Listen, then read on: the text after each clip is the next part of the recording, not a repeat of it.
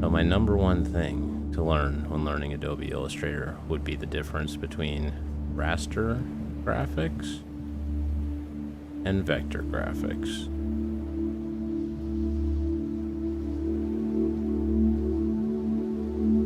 So Adobe Illustrator is a vector-based illustration tool, which means that it is math-based. Vector graphics are based on calculations. So as long as you have the proportions of your illustrations correct, you can scale them to any size. Photoshop is a raster-based program. And what that means is it works with pixels and the dimensions and the resolution of your illustration are set to a pixel grid. So you cannot scale without loss. Whereas with vector illustrations, you can scale lossless. You can scale to any size you can imagine without losing resolution. So vector-based graphics are great for illustrating things that you're going to have to use in multiple different scales. Whereas raster-based graphics are better for something that you know the specific size of. So when you're working with raster-based graphics, you always want to be working to the scale of your final product. Whereas, like I said, with vector-based graphics, it doesn't really matter what scale you work at because you can always rescale it later as long as the proportions of your illustration are correct. So things like logos are often done in vector-based illustrations because you're going to have to use a logo in a variety of different settings. Whereas things that want to have more of an organic or painterly feel to them are often done in raster-based programs like Photoshop. So Illustrator is vector-based.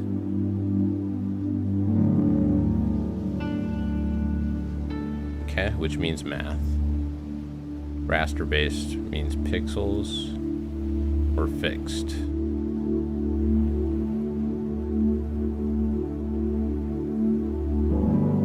Scalable next to vector, although you can scale raster graphics as well, but you will lose resolution, and that is sometimes not acceptable, right? So that's the number one thing. Number two thing to learn when learning Adobe Illustrator would be the workspace itself and how to create a file and place an image. So it's three things in one. But really the workspace and how to work with files in Illustrator are what we want to focus on here.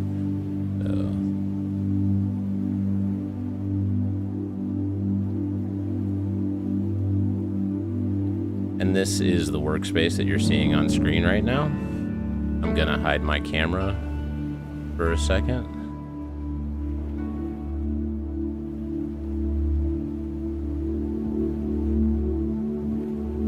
Maybe. There we go. Okay.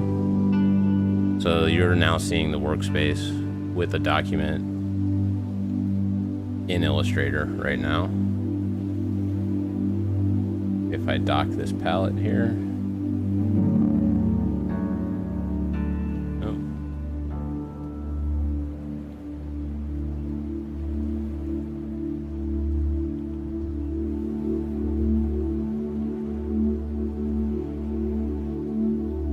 Able to see that there are layers in Illustrator in the upper right hand corner here, just like in Photoshop. But really what you want to focus on is working with objects. Everything you create in Illustrator becomes an individual object, so the necessity to separate things by layer is not inherent in the program as it is in Photoshop. In Illustrator, you can work all in one layer, but it's better for organizational purposes to work in multiple layers. So right now, the layer that we have this writing on, I'm just going to rename it to text by double-clicking on the layer name. And now I can, by clicking on this eyeball, show or hide that layer. And I'm going to make a new layer by clicking on the little plus sign, and we'll call that text 2.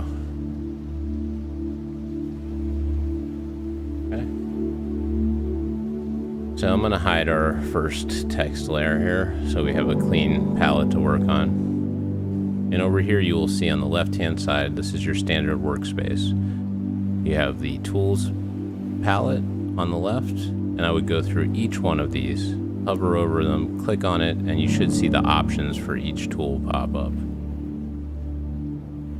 On the right hand side you have some commonly used tools, and then on the far right you have some palettes with more detailed descriptions of the tools that you're using. And we have I moved the layer palette up here, but normally it's at the bottom. If you ever get in a situation where your workspace is not easy to decipher and you need to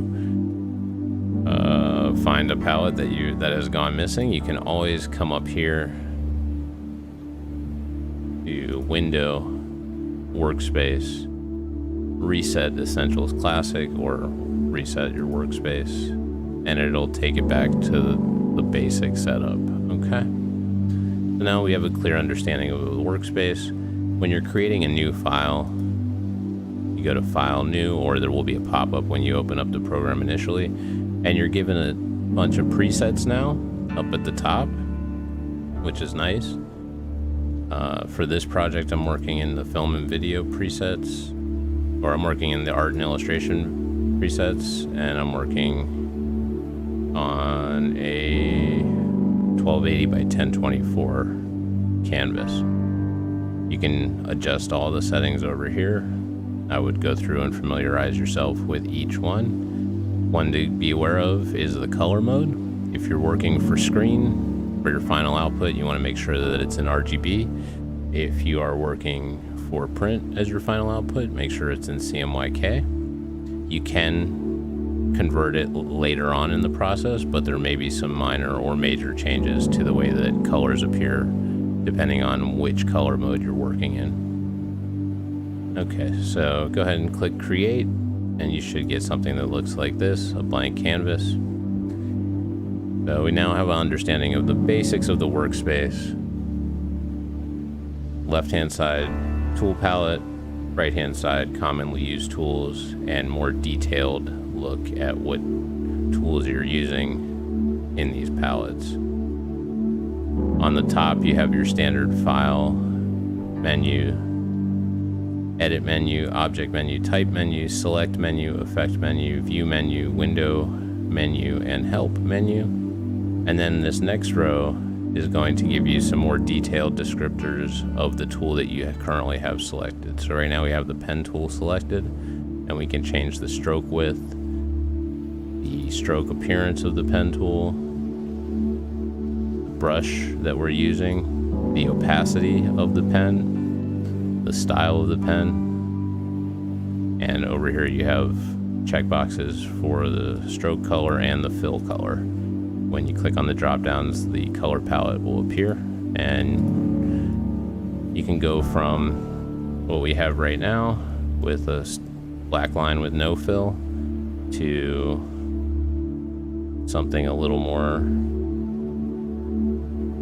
unique. Let's do a purple line with a green fill.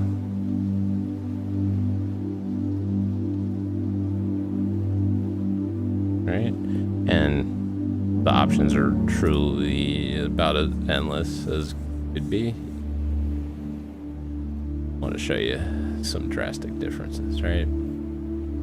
Okay, so now we have a basic understanding of our second goal here, right? The workspace.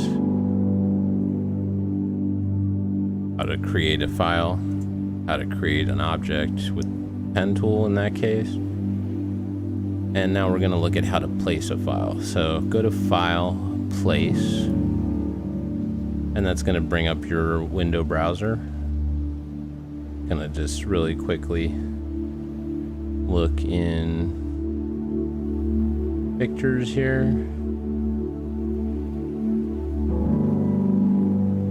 And I'm going to place this picture of me standing next to Batman's armor with a strange smile on my face. What that does is then like it says, places the file inside of your file, right? So now this is on, should be on that second layer that we created. F7 is the shortcut to bring up your layers palette. I'm just gonna dock that over here so you can see it. Okay. And yes, it is on that second layer now, so that's good. I'm actually gonna make a new layer.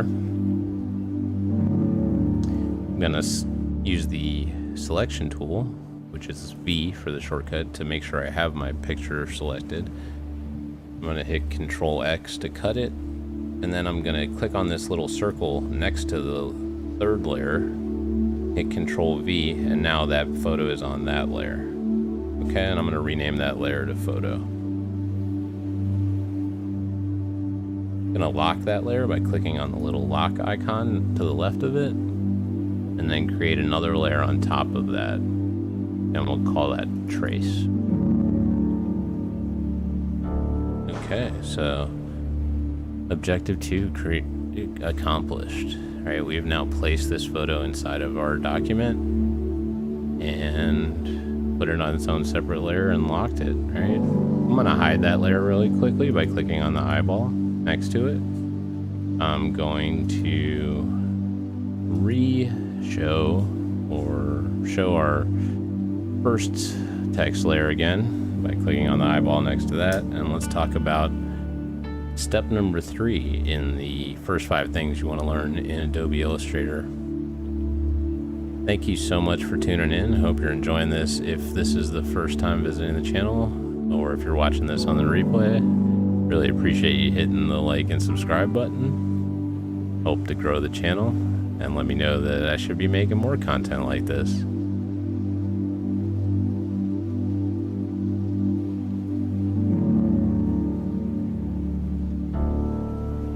Alright, and here I am. I'm gonna move that camera down a little bit.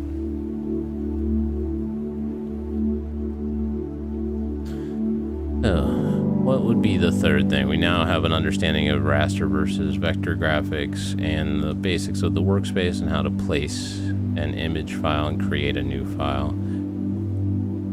Next thing would be something we just touched on a little bit, which would be the direct selection tool versus the selection tool.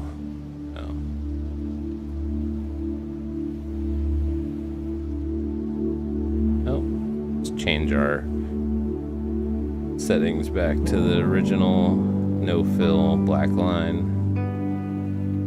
So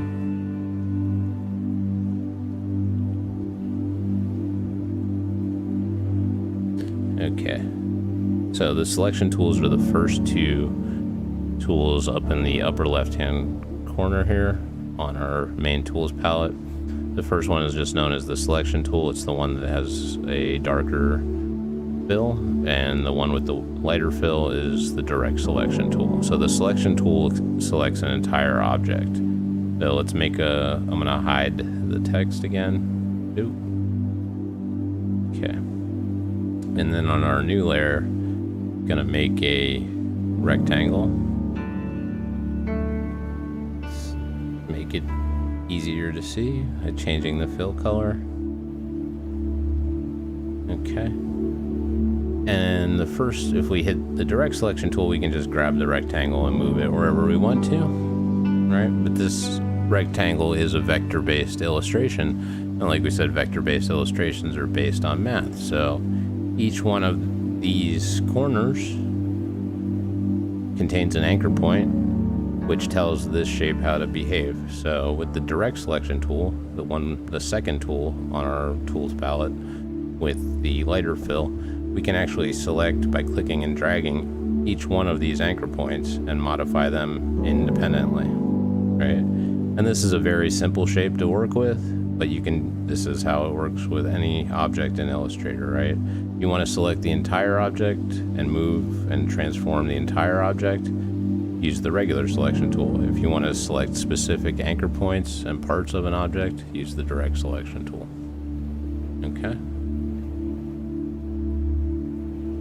For example, let's make a little bit more interesting shape here, non-standard, right?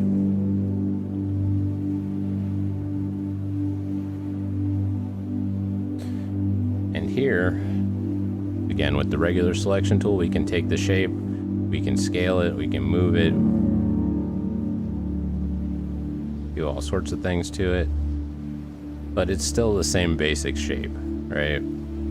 If we come in with the direct selection tool, we can transform this down to the curvature of a single, what's called Bezier curve, these little handles. We can move specific anchor points, or we can move groups of anchor points by clicking and dragging. So you have much more finer control to manipulate the object with the direct selection tool. Okay, but I think that looked pretty interesting the way that it was actually, so I'm gonna leave it like that.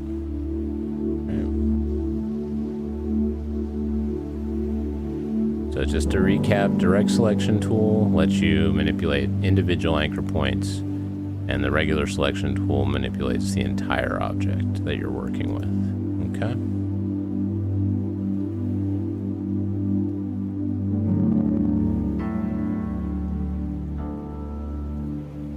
Alright, so that's 3 things.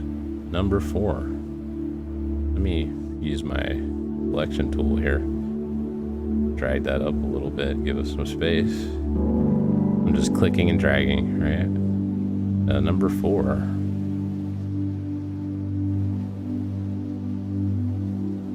Oh.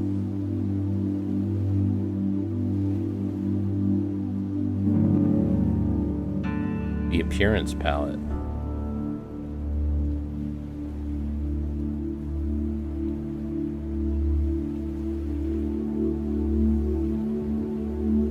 So once you've started to work with more complex illustrations in Illustrator, or any types of illustrations, you might find yourself at a point where you want to change one aspect of the illustration, but it's so overcomplicated and you're kind of lost in where you're at, right, with this illustration. So let's use our simple example of the rectangle again, right?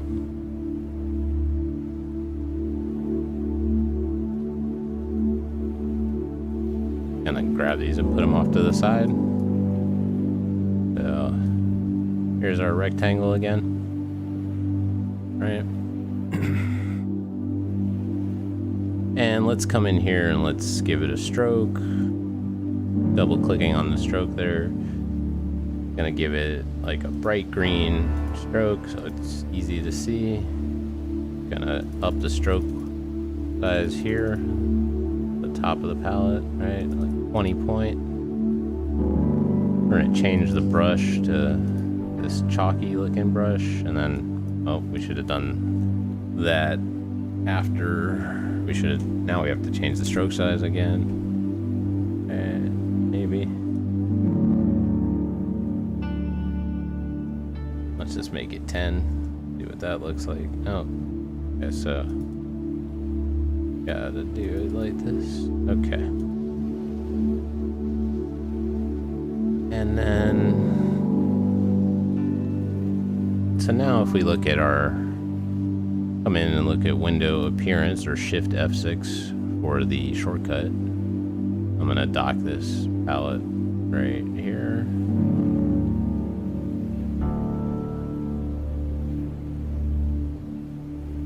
And you'll see here it tells us that the stroke has a charcoal brush applied with this bright green color, and the fill is a solid red with default opacity. And you can actually modify your object right here. We could change the stroke color, right?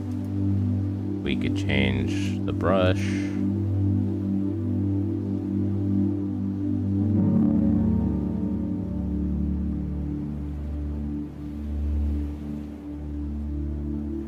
You could change the fill, all without actually touching the object itself, right? The appearance palette breaks down every aspect of what goes into making that object look like that object, and gives you the ability to both delete aspects and modify aspects all in one window. So this is very, very helpful when your illustrations start getting much more complicated, and cannot recommend understanding it and using it enough, because it's something that At first, when you get into Illustrator, you're just going to want to draw whatever you need to draw, and that's fine. But like I said, as your illustrations get more and more complex, and as you get more comfortable with the different tools and the tool palette, you're going to come to a point where you want to either take away or add something, and to do it right on the screen may affect other aspects of your illustration that you don't want to change. And the appearance palette is appearance window, appearance palette, whatever you want to call it, is a great way to access every aspect or any aspect of an illustration and make modifications to it.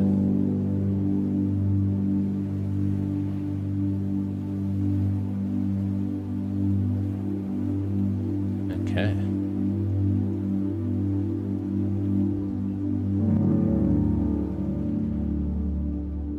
Top 4, number 5.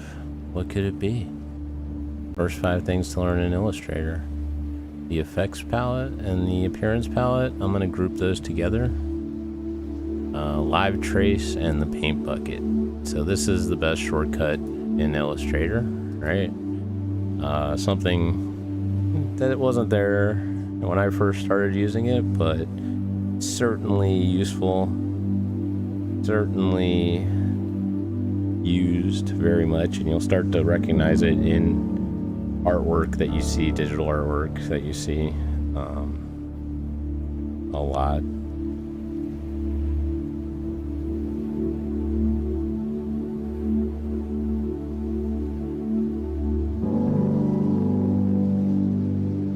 So, what is it? Right? I'm gonna go back to our photo that we brought in, one of our earlier steps, how to place a file.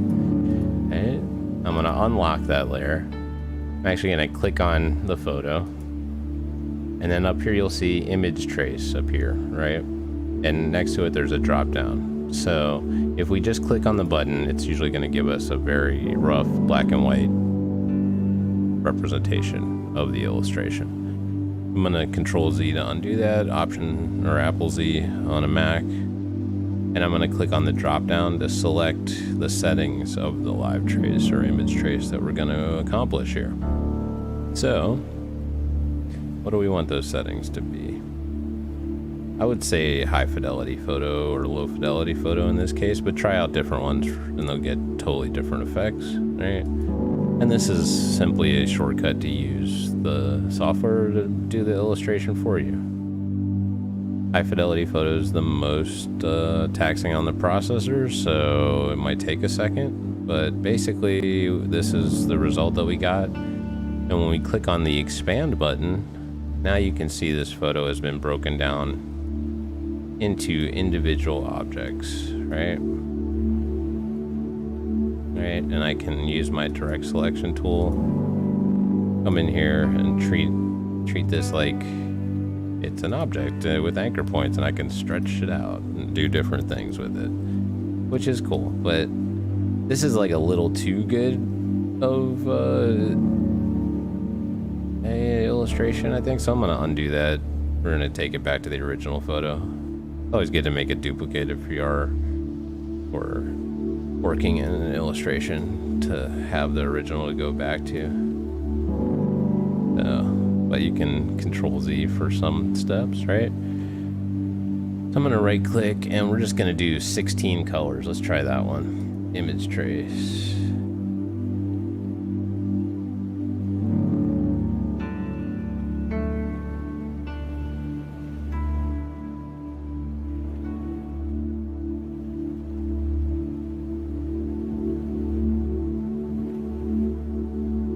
All right, so looking a little bit more interesting, right? I'm gonna go ahead, click on it again. I don't even have to hit expand with this one. It already expanded it. Interesting. Okay. So I'm gonna go back, make a new layer, call it trace 2. I'm gonna rename my trace layer to shapes because we put shapes on there. And we'll call this layer trace.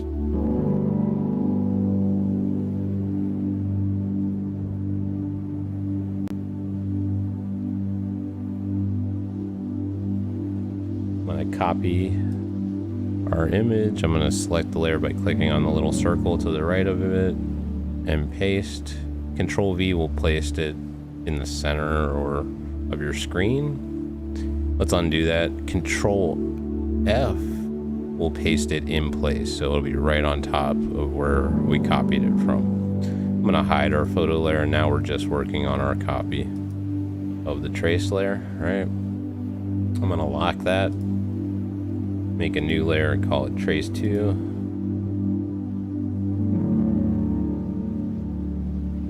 And I'm actually going to get rid of me out of this photo.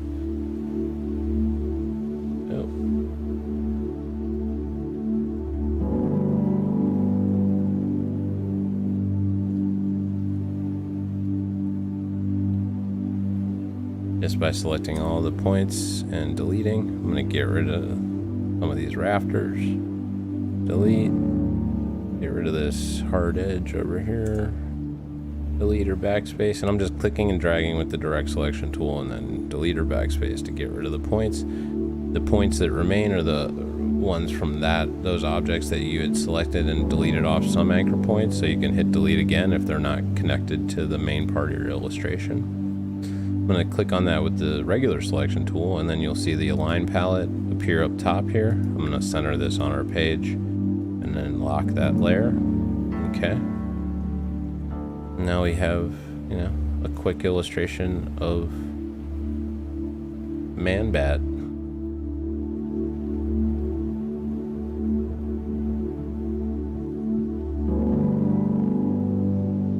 Come in here and clean this up even more. Could draw something on top of it now, but we have that to work with, right? I actually, this is still like a little bit too rough for me to call an illustration, and we just let the Adobe Illustrator program basically do all the work for us. You're gonna have that cut out look most of the time, depending on what setting you use. It's, if you know it, and when you see it, you can tell someone just pressed a button in Illustrator, and there's not, a lot of uniqueness and artistry that goes into that. So if you want to make your illustrations stand out, you got to take some more steps beyond just the using live trace. All right, so I'm just gonna use this as my basically starting point for this illustration. All right, well, let's get going with it. New layer. I'm actually going to turn the opacity down on this layer. Dim images to, let's say, 25% on our trace layer by double clicking.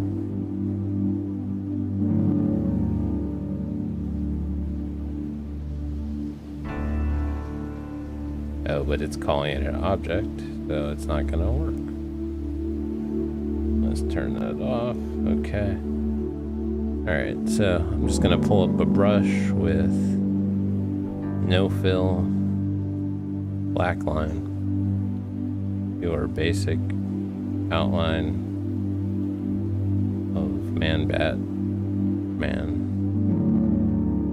Here, going to give him his cape. Alright, maybe he's like... So this is, it's a good visual reference because this is actually the suit that they used in some of the movies, right? I forget.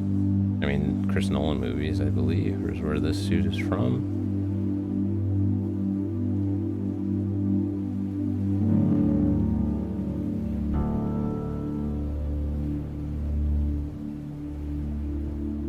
Just quickly coming in here and tracing the outlines of the suit and adding the cape and a little more style uniqueness to it, right?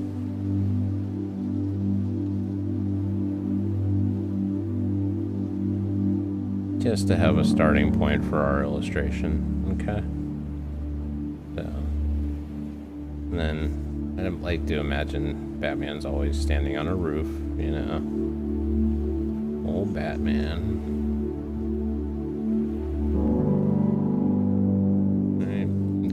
That's good enough to start with, right? Now I got my basic trace layer. And thanks again for tuning in. If you're watching for the first time, appreciate you subscribing to the channel. It's free. It helps me grow this, and hopefully we can make some great art together, learn something here. Constantly looking for ways to improve this practice of mine. Consistency is key, I know that, so being here is one way for me to work more on illustration.